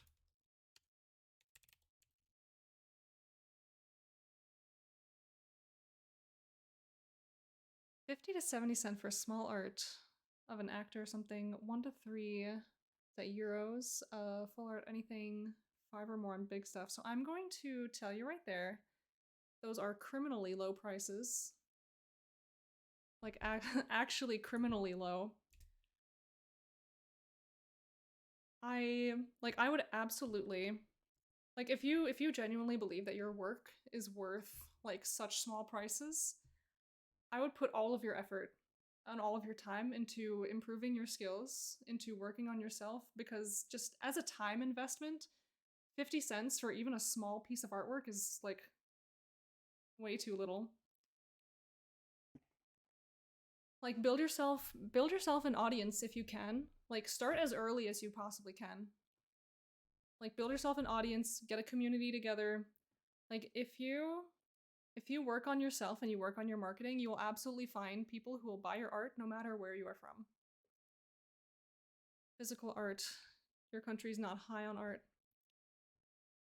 Yeah, I mean, I don't know where you live, so I can't like speak to that, and I will not claim to speak on that. But physical art, like frankly, I would price physical art much higher than digital art.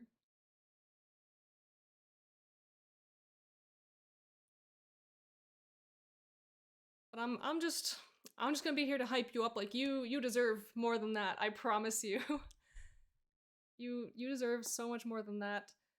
And like even if it's really difficult to find people who will buy your art, like finding one person who will pay you like 20 bucks for something small is going to do you so much more good than finding like 10 people who are going to pay you 50 cents.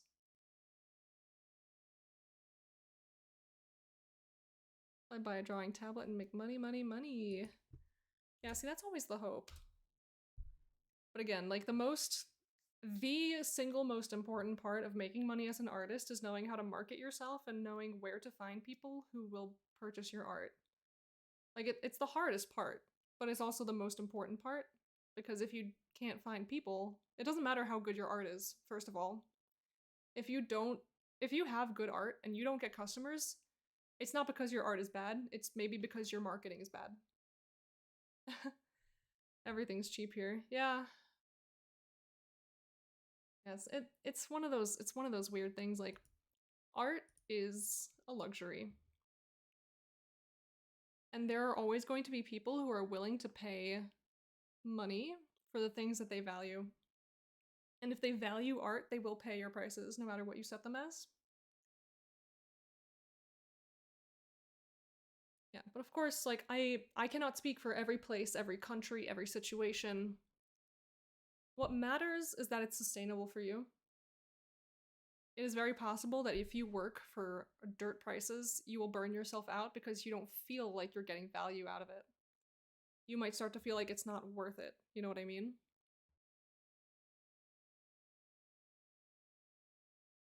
Yeah, so like I'm again, like you are welcome to do whatever you want, whatever you need to set your prices however you feel is fair for you. You just need to be aware that if you're working for really low prices, you just might burn yourself out. And at that point, you'll have to say, oh, okay, well, what else can I do? What are my options? And yeah, so like it could work out really well for you. Again, like I don't know your situation, I don't know your location, I don't know how old you are, like all of that could be completely fine. That's just my knee-jerk reaction as someone who lives in the US. Like those, it's a toughie. Like I'm a digital artist from the US, and that probably makes my perspective a lot different than yours.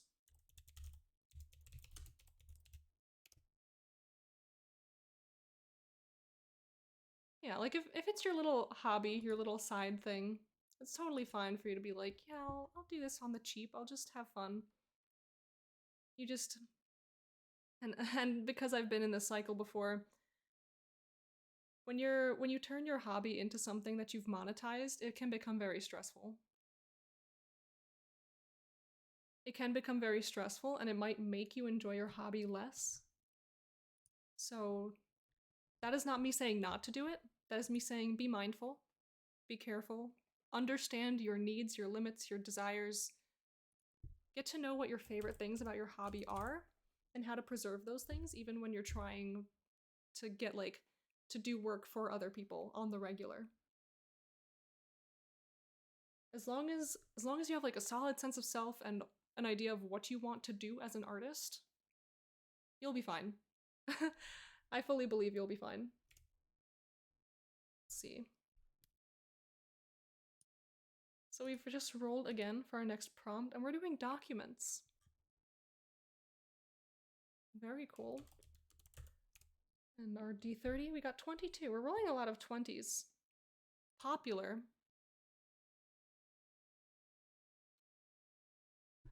Oh, yeah, I sold wooden gnomes and smoking pipes at school. People only bought them because they knew I was making them. I wasn't out to sell them per se. Get people interested in what you do, and someone is bound to want to buy something eventually. Yeah, absolutely. If you can like build yourself a little audience, if you get people to know what it is that you're doing and what your initiatives are, eventually you will find people that are like, "Oh, hell yeah, I love this stuff." Like I love this, I love what you're doing, I love what you're creating, and I want to support you. You know what I mean? And so, let us move on to our next document, or our next our next prompt, and that's going to be a popular document. I'm very curious about what I might put together for that. Just update my little thingy here. Go back to our stuff. Here's our month of prompts list. We're on number 7. It's pretty cool that we've made 6 things today. We've added 6 ideas to our world. I'm sure I'm sure some of you have added way more just from how many ideas have been flying around. Oh, the prompt list itself is a popular document. That is, yeah. Okay. Okay, so that's there. Let's go back to our dashboard. And if art has less monetary value, or you trade your art for goods or favors. Yeah, absolutely. Like bartering. That is such a cool system. Just make little trades, like even little art trades. Art trades are fun. Art trades are fun, and they're a good way to kind of get yourself out there. Like you make an art for someone, someone makes an art for you in exchange. And I mean, if the interaction is really good, look, you've made yourself a new art friend. You guys are now chill together. I don't think I've ever done an art trade just because I never felt outgoing enough to even dare to suggest something like that. Like, I know when Tumblr was really popular, that was like a common thing for people to be doing, but I just didn't know how to make friends on the internet, so I didn't do that. Let's see. So we document prompt, treaties, books, artwork, manuals, guides, statements, and so much more. There we go. So let's see.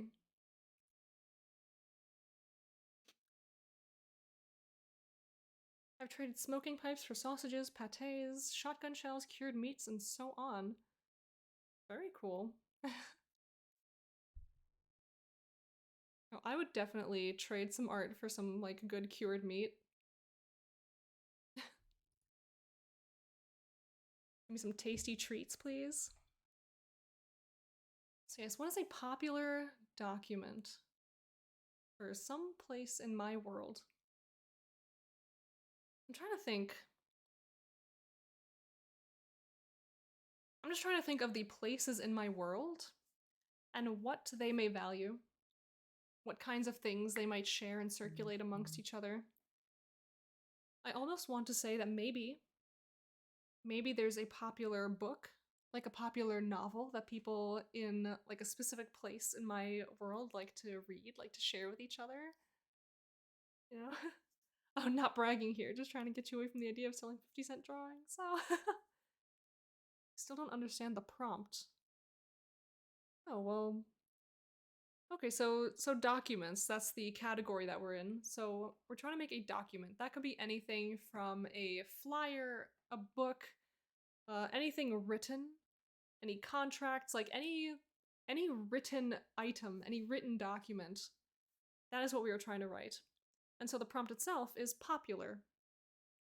So this would be something that maybe many people in a certain group would have or have access to or are interested in.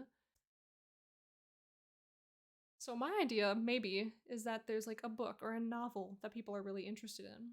A bounty, like yeah, absolutely, like a little bounty note, like you see it posted in a tavern, you see like on every wall in the city. A religious text, yeah, for sure. I'm thinking, like, absolutely a religious text would be very popular in, I'm gonna say, Arsavella. Arsavella is the region that I was working on primarily last month for Bird Month. And they are absolutely super, super duper about faith. So holy texts would absolutely be a very popular thing. Like imagine like the Bible. Yeah, like actually that's like the perfect thing. Like a Bible. A lot of people, especially like, you know, Christians, all whoever, they have Bibles in their house, like basically every single one. Um, so that would be like a popular document. And something similar would most certainly exist in my world. Let's see if I can find Atreus the Purifier. The god of my world. I want to see what I named his holy book. His holy book is the Codex of the Purifier. The Bible is really complex to remake. Oh yeah, absolutely. See, it's very complex to remake, but yet still people had access to a Bible basically all the time. It's multiple books in one, it's all connected. So I'm thinking, like maybe not everyone might have a Codex of the Purifier in their house. But maybe the church has one or several, and this is some place that people who worship Atreus would visit very frequently. And so while not everyone has it in their possession, they like to see it a lot. They like to visit it very frequently. So I think I might just make an article for the Codex, because it is something that I've referenced in my world in another article, but it is not something I've written about. So let's add that. Codex of the Purifier. For example, the story of Jesus, there are a lot of prophecy fulfilled that happen in Genesis 1, Old Testament. Yeah, like I will confess, I don't really know a whole lot about biblical stories. I used to know a lot more because I went to church camp as a kid. In the document template, do I straight up write the document itself, or do I write about the document, meta writing? So I think with the document template, yeah, so with the document template, there's actual contents. There's this little tab here, and here you can write like what is actually in the document. So you can do both. You can write about what is actually in this document, and then you can describe what the document is, maybe in your vignette or like everything else, like the medium, like all this. You will find if you write like if you watch any of my actual writing where I'm not just like doing little stubs, like I don't really use any of these. Only because I like to structure my articles in like very specific ways. So practically everything that I do is going to be either in the content like vignette, in the sidebar, in the sidebar top, and then the content panel, and in the full width footer. So this is all going to be stuff that shows up like below the sidebar. Like the sidebar will end, it'll cut off, and then after that, it's going to be where all this stuff comes in.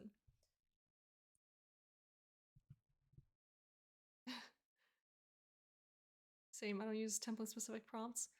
Yeah, like I think the template specific prompts would be fantastic for when you're just trying to like get an idea down and you use it as like a guide for just to kind of get you to understand the thing that you're writing about. So maybe medium, like what's it written on? Like that's a really good question to think about. Related location, like where is this from? Related myth, are there any myths attached to this? Document authors, like who did all this stuff? So if you don't have those answers, if you don't have those questions answered already, absolutely fill these things out, do everything. What is the purpose of this document? Like these are all awesome questions to ask. And so it's really good to have them. And then if you fully understand everything about this thing, but you want to format your article just however you want, not have everything like separated by all these little clauses, then that's when you start taking the information out of those and just putting them into like whatever little mishmash you have over here. Fantasy Magna Carta. Ooh. Yeah, there you go. Okay, so let's maybe get into actually writing this thing. So the Codex of the Purifier is the holy text of the god Atremus.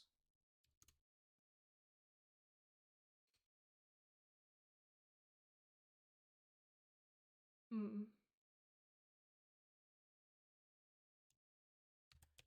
Common to churches in the kingdom of Arsavella.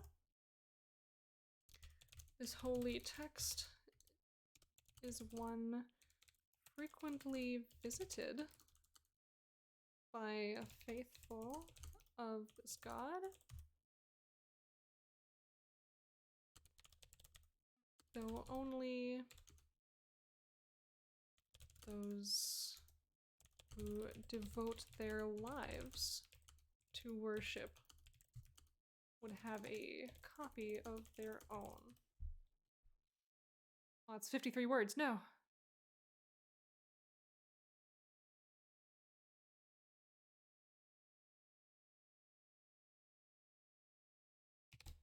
I'll just cut some words out of there, I'll pretend it didn't happen. And yeah, 47 words. Beautiful. Yes, we have the Codex of the Purifier, holy text of the god Atremus, common to churches in the kingdom of Arsavella. This holy text is one frequently visited by faithful of this god, though only those who devote their lives to worship would have a copy of their own. I imagine it's very expensive and very meaningful to own a copy of your own. But yes, so there it is. Documents, Codex of the Purifier. Very cool. So we'll go back to the prompt list. We'll write that in here as well. Oh, that's not my that's not my line. That's Katobapon's line. I need to. My bad. Sure hope I didn't put any of my articles into somebody else's list. That'd be no good. But anyway, let's move on to what our next thing might be. Let's do D23. We got 23. And that's Geography 2. Very nice. Go back to here. Oh, we already got 23 today, did we? Hold up.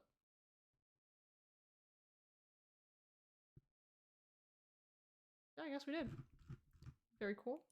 Okay, so we're just doing Geography 2 again. Oops, that's not the right thing. Little D30 again. 26. Alright, we had 27 last time, now we have 26 this time, and that's dust. So maybe there's somewhere in my world that is very dusty. Maybe it kicks up a lot of sand. We think about something like in America's Midwest when we had the Dust Bowl during the Great Depression, where I believe the situation was there was a lot of desertification, and so sandstorms started to pick up heavily. And so maybe there's somewhere in my world that there's just dust being kicked up everywhere.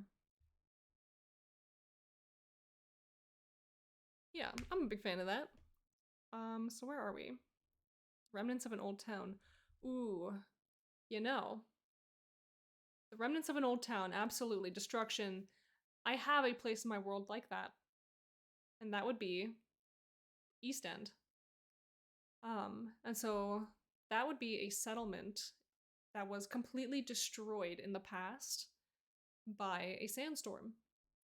But all of the people from there disappeared in the process. Like, no bodies, no anything. And the settlement itself wasn't buried. Like, the settlement itself was still there, a little ramshackle, a little bit destroyed, but it wasn't buried. So the people couldn't have been, like, lost in sand or anything. They were just gone.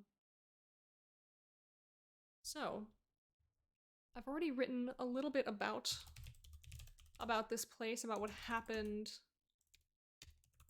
and about, like, the myths surrounding it, but I didn't really write about the, like, region, the location that they were in.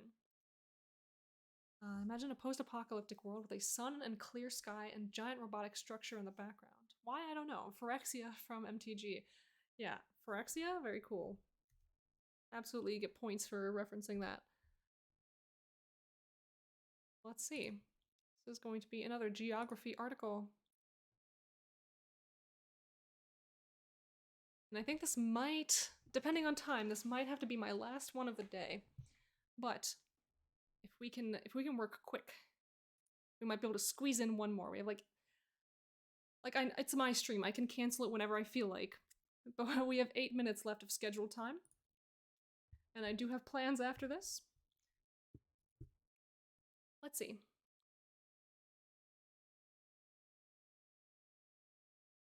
Da-da-da. Imagine in whatever direction the wind blows near that volcano of yours be dusty. Oh, true. Oh, cancel it now for the lulz? Okay, bye. Just hold on. Yeah, guys, thanks for watching. Anyway. No, we're not done yet.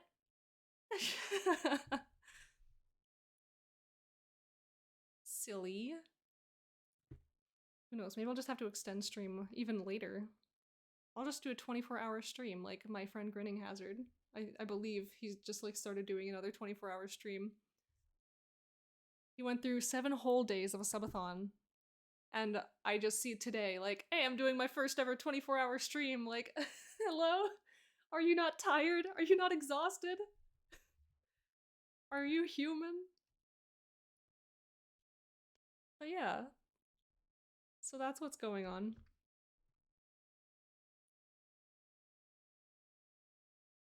But yes, so let's just take a sorry, I opened a thing. Let's see. So the place that I was talking about for like East End was like over here. It's like sandy, dusty, gross, icky, very icky, no good. But you did also mention, oh gosh, you did also mention over here, over in Volcan. Oh my gosh, I'm clicking on things. I need to do that. Beautiful. So we have Volcan over here. And so yes, absolutely, there would be a lot of dust, just kind of getting dust and ash being kicked up over here. And the Ashen River, which is like this body of water, oh my gosh, I keep hovering over the marker. The Ashen River going this way actually carries a lot of ash over into the sea here, which is why it's a little darkened over here. So we could do something like that. Make it into a horror place. Maybe.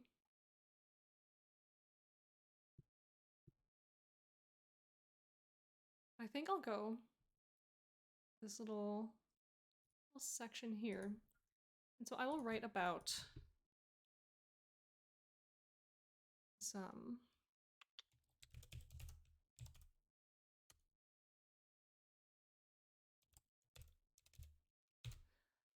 so this is going to be like a tiny itty bitty like subsection of a subregion of Arsavella, the Melakaj Barrens. And so it's going to be like a tiny section of the Melakaj Barrens in which the settlement of East End sits. And so it's going to be a region within the Melakaj Barrens.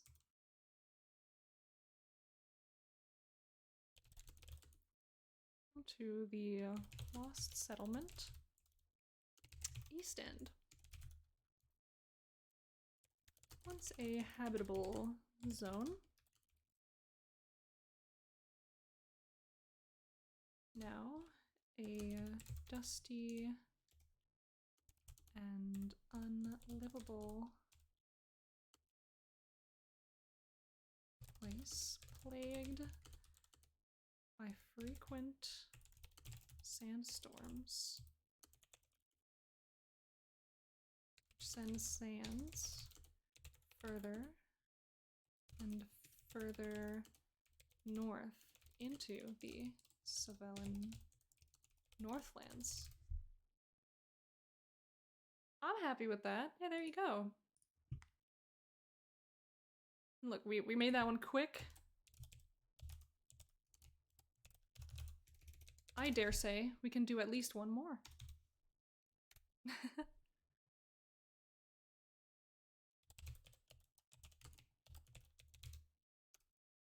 So I think I'm making it like a soft goal for myself to at some point fill out all of these prompt lists with something. Whether they're full finished articles or not, I would love to just have all of these lists completely filled at some point. Why one when we can go for 5? Oh, you're so right. So let's see. D23. Who's next? 18. Didn't we already did 18, right? 5, 10, 15, 16, 17, 18. Yeah, we're back to apothecary. I am not upset about that. I really like apothecaries. Let's see. 27. Reproduction. Oh ho ho. So I wonder what we can do with that. How about 1,000? So why not? Oh, let's see. 5, 10, 15, 20, 20. Well, yeah, there's 23 times 30. There's only 460. Wait, no. 690. Nice. Anyway, let's go back to that's not the one I wanted. Where am I? Apothecary. Boom. So maybe. So now our prompt here is reproduction. So I'm thinking something that you would use, a material an apothecary would have, a reagent that could aid or hinder reproductive health.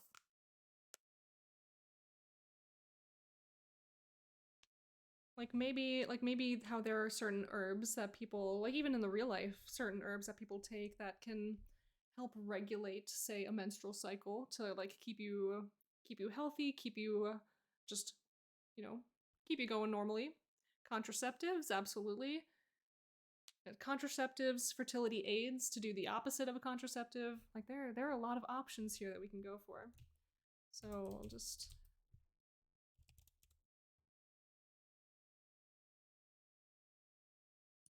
so apothecary, we'll go with reproduction.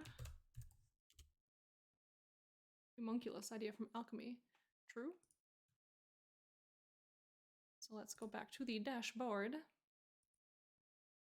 Place load. And we'll go for material. Yes. I want to make this a berry. I don't know why. I just want it to be a berry. And we will say that this is a berry with I think I'll take your suggestion. We will say a contraceptive that people like a berry that people use in the creation of contraceptives. So maybe this berry has some kind of property to it that will aid in achieving this effect when making maybe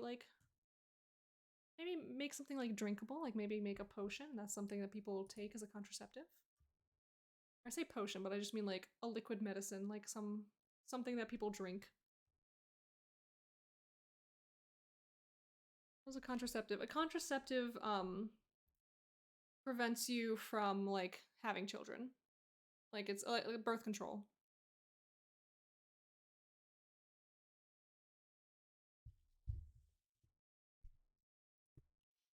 So again, we're not gonna think too much about these details. Contraceptive berries. That is our idea. And so let's think. Where might these be found? Where would people be having these? Where might people be growing these? Berry can have a toxic effect on, let's say, males. Male contraceptive, certainly interesting. I do like that idea. I feel like too often do we see contraceptives being limited to the ladies. This shall be for the menfolk. Alright, so these berries are Used in apothecaries throughout. I'm gonna say central Nefirin. These berries are used in apothecaries throughout central Nefirin in the creation of male contraceptives. Typically in the form of a liquid medicine.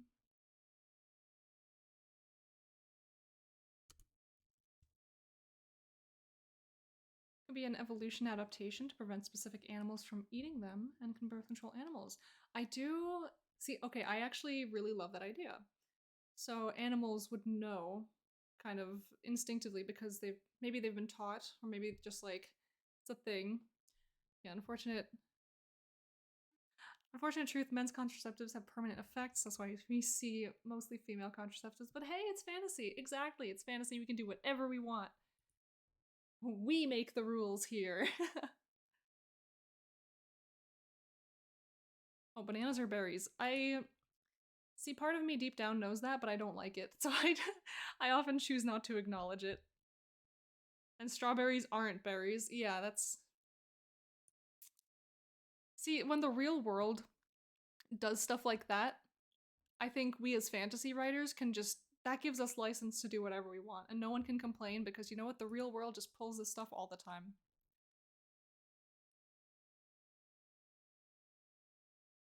So yes, this one's short and sweet. Doesn't need to be any longer than this. Boom, it's beautiful. Berries used in apothecaries throughout central Nefirin in the creation of male contraceptives, typically in the form of liquid medicine. Great. Easy, simple, straight to the point. Let's add that to my list.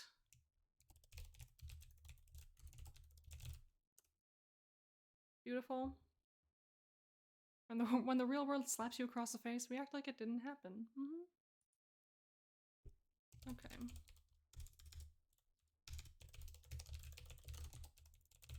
And you know what? As a treat, because look at this list. We have 9. We are on number 9. About to do number 10. It would be a crime for me to end stream without having a number 10.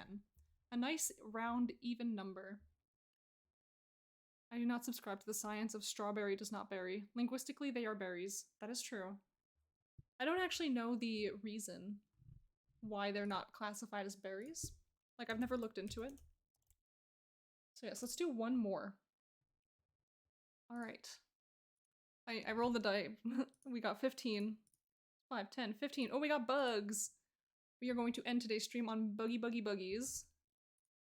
But now you might as well do 11, right? Yeah, because 11, it's like 2 1s next to each other. That's also like a nice number. Streamlabs says I have 11 viewers right now, so we could just do 11 prompts. And we got 30, so we got Sting. So that is going to be our prompt for buggies. So now we are thinking of a bug that stings and is known for stinging people. I feel like the cop-out answer is a wasp. But it could also just be that could be an option. So let's go back to here. I've already clicked on the little species prompt template thing. We're gonna write down the obvious in here. Bug singer known as Sting. There you go. Let's see. Okay, we're gonna say it's an insect. I think spiders fall under the category of bug. Like arachnids fall under the category of bug. Like all insects are bugs, but not all bugs are insects. That is my philosophy. I don't know who here agrees with me, but I think I'm right. Okay.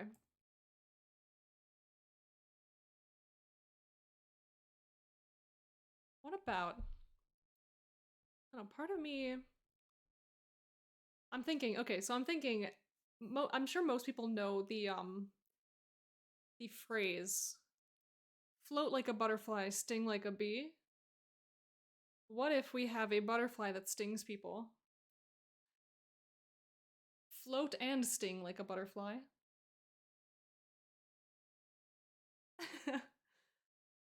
I like that idea.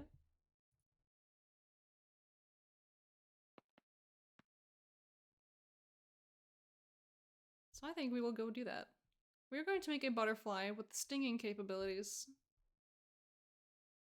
Dragonfly-like insect that has a powerful sting. If it landed, can damage the flesh and make it rot and become hard like wood. Females will lay eggs. If a group goes on a human, they can turn the human into a hive. Also horrifying. Totally didn't get that from an SCP. I thought that sounded vaguely familiar. But yeah, that is definitely horror. You definitely strike me as someone who loves horror writing. And especially if you like if you're doing art and you love horror, I absolutely think that you would do fantastic as like a horror artist. And like a lot of people pay pretty decent money for like concepts, horror concepts.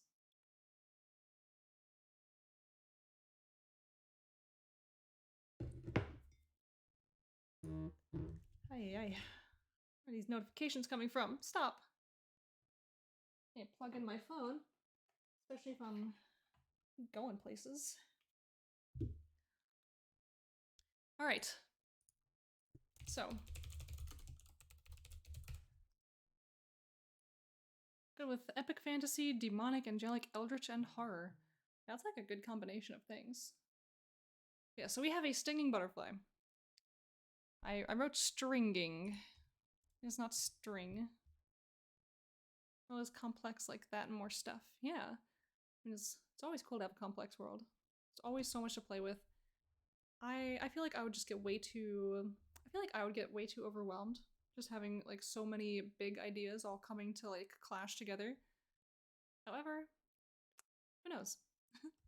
Some people make it work, some people don't. Multiverse setting, yeah. Very cool. So, a butterfly native to... You know, what if we have these butterflies in Balogor? Surviving in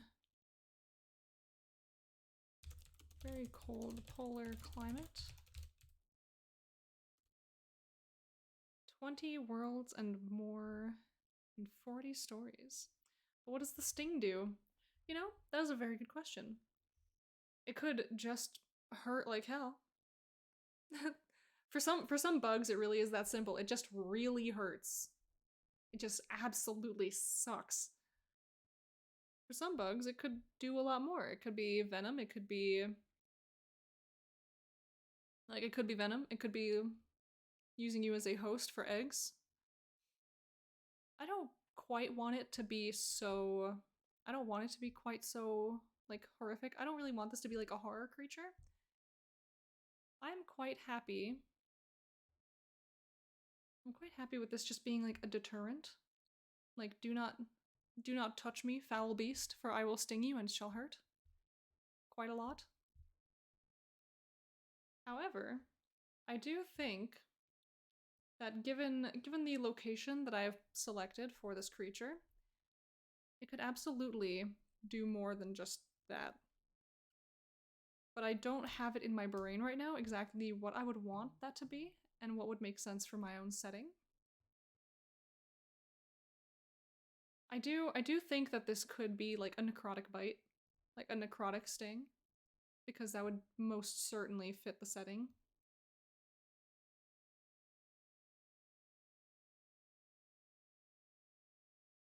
I just want this creature on its own to not be particularly threatening. I just want it to be one of those things like you don't expect it to do that, you know? Like you don't expect a butterfly to bite you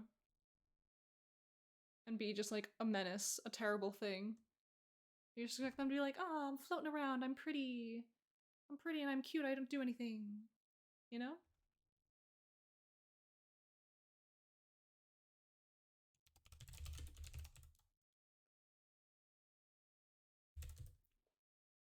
So a butterfly native to Balogor, surviving in a very cold polar climate. Though beautiful, these butterflies are capable of delivering... Ah, you're back for sippies. Hello.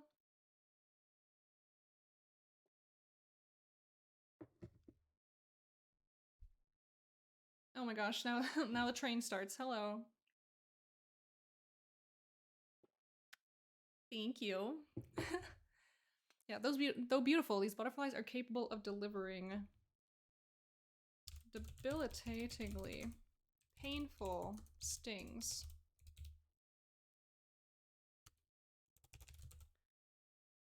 Rarely, this results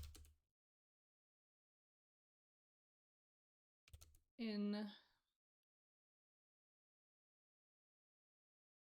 Gosh, what word am I looking for? Necrosis.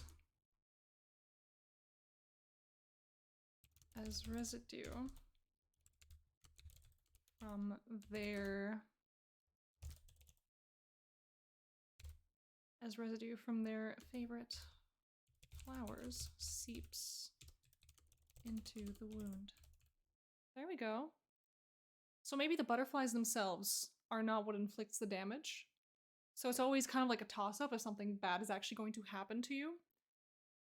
But this will always be true. These butterflies can sting you and it will hurt tremendously. It will actually be horrific. And depending on what they have recently landed on, consumed, been a part of, depending on which plants they have interacted with recently, it could then cause you to necrose. It could cause significant damage to the flesh. But as a default, as a base, they can only inflict pain. I like that.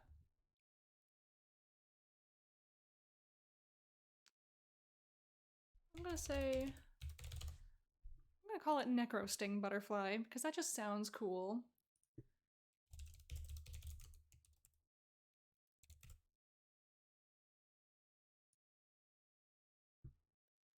Yeah, so I think that ends up with us having a little happy medium. It does some very unkind, unfun things to you. One more prompt to go. Oh no, unfortunately I do have to go after that one. But this was awesome. This was a lot of fun. And I think I'm going to be doing about the same thing on Tuesday when I pick up on my world building streams. And so yes, we did 10 prompts today. We have the Shy Tongue Burble Condition. 10's a bad number. Oh no, it's not. You guys just want me to do more. And while I do appreciate that, I do appreciate all the love and the support. I really do have to cut off the time soon. But yes, we have Geography for the Lights prompt, Balogor. Always Sunny, Polar Lights. Very good. For plants, we have the invasive pyroferns, originally taken from Balogor, sent to Everbright to cause problems. We have the pyrosynthetic leaf from the pyroferns for the apothecary leaf prompt. We have the leech sea gator for the silent species prompt. The bright fruit tree for the bright plants prompt.